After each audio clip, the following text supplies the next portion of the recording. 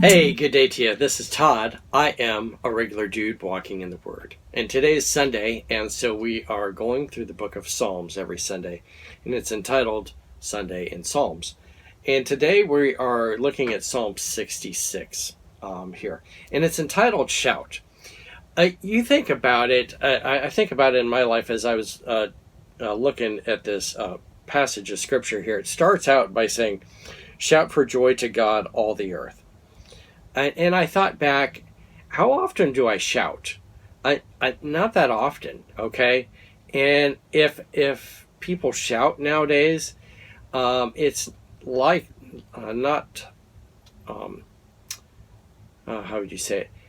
We don't shout for joy. Usually, it's shouting out of anger or frustration, or you might shout, "Oh, yeah, why did you pull out in front of me?" A lot of times we're shouting while we're driving at a car pulled out in front of you. Someone almost crashed into you, all kinds of stuff like that. And so that's when we're shouting.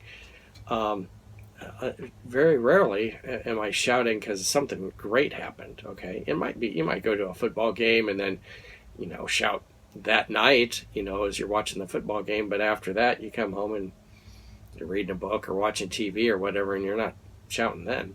So it's kind of a different mindset to get into. Like David is when he writes this, is saying shout because of the greatness of God. And he starts out with that phrase there, but then he gives reasons why we should be shouting. And when you look at all those reasons, you're like, yeah, our God is not just a regular guy. Our God is awesome in everything he does. So we do have good reason to shout. So let me read this today. This is taken from Psalm 66. It says, Shout for joy to God, all the earth. Sing the glory of his name. Make his praises glorious. Say to God, how awesome are your deeds. So great is your power that your enemies cringe before you. All the earth bows down to you, and they sing praises to you. They sing the praises of your name. Now, you think about it. I'm stopping there for a moment. It says, shout to God, because shout to God all the earth, and then it also says sing the glory of his name. Okay, how often are we singing about things? If we're singing about things, a lot of times it's like it's about my girlfriend, or I don't know. We're not singing that much about how great our God is. Usually, if we write a song, it's about my girlfriend, and then I love my girlfriend, or my girlfriend left me, and if you have a country song, then my dog left me and my truck doesn't work. But he's saying shout and then also sing about God because of his greatness here. Let's continue on here. Verse 5, come and see what God has done. He's like, hey, come on, let me show you what God has done here. His awesome deeds for mankind. He turned the sea into dry land. They passed through the waters on foot. Come, let us rejoice in him. Okay, just that one thing alone, just by taking the people through the sea, making the sea into dry land, that alone would be enough. But it continues on. He rules forever by his power. His eyes watch the nations. Let not the rebellious rise up against him. Praise our God, all peoples. Let the sound of his praise be heard. He has preserved our lives and kept our feet from slipping. Yeah, that's right. He's preserved our lives. There's many times I should have been dead, but he's preserved my life. For you, God, tested us. You refined us like silver. You brought us into prison and laid our burdens on our backs. Yet you let people ride over our heads. We went through the fire and water, but you brought us out to a place of abundance. I will come to your temple with burnt offerings and fulfill my vows to you. Vows my lips promised and my mouth spoke when I was in trouble. I will sacrifice fat animals to you, and an offering of rams. I will offer bulls and goats.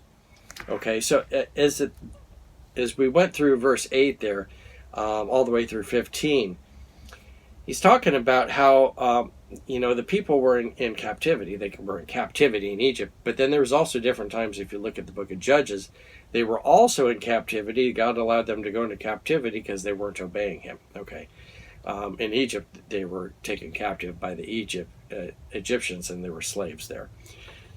But God has brought them out of that, is what He's saying here. And then He's saying also, because you've done all that to me, I've done all that for me. I'm going to continue sacrificing. I've made promises. I'm going to keep those promises, and I'm going to be giving regularly at the temple.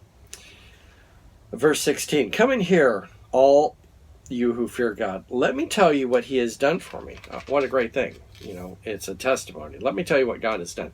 And a testimony, you can't really argue when I say, hey, this is what God has done for me. This is the miracle that happened and so forth. People really can't argue with that. They can't go, yeah, that lady's headache wasn't healed, and all that stuff. That's not true. Well, it is true. Verse 17, I cried out to Him with my mouth. His praise was on my tongue. If I had cherished sin in my heart, the Lord would not have listened. But God has surely listened and has heard my prayer. Praise be to God who has rejected my prayer. I'm sorry, the wrong way to say it there. Praise be to God who has not rejected my prayer or withheld His love from me. Okay? That's that last phrase there. Verse 18, it says, if I had cherished sin in my heart, if I'd been full of sin, God surely wouldn't have listened to me. But the verse 20, it says, but praise be to God who has not rejected my prayer or withheld His love from me. That's the final thing that we can shout and we can give thanks to God for, because He's heard my prayers and He hasn't rejected me. I am a sinner, full of sin, and I deserve to be rejected by God. But He has not rejected me. He's given me Jesus to die in place for my sins. So now I am accepted. And so that's something to shout about. So give a shout today. Hey, I'm Todd. I'm a regular dude walking in the Word, and I invite you to join me next Sunday as we continue our journey through Psalms, and then tomorrow as we continue our journey through the book of Numbers. Lord's blessing. I'll see you then.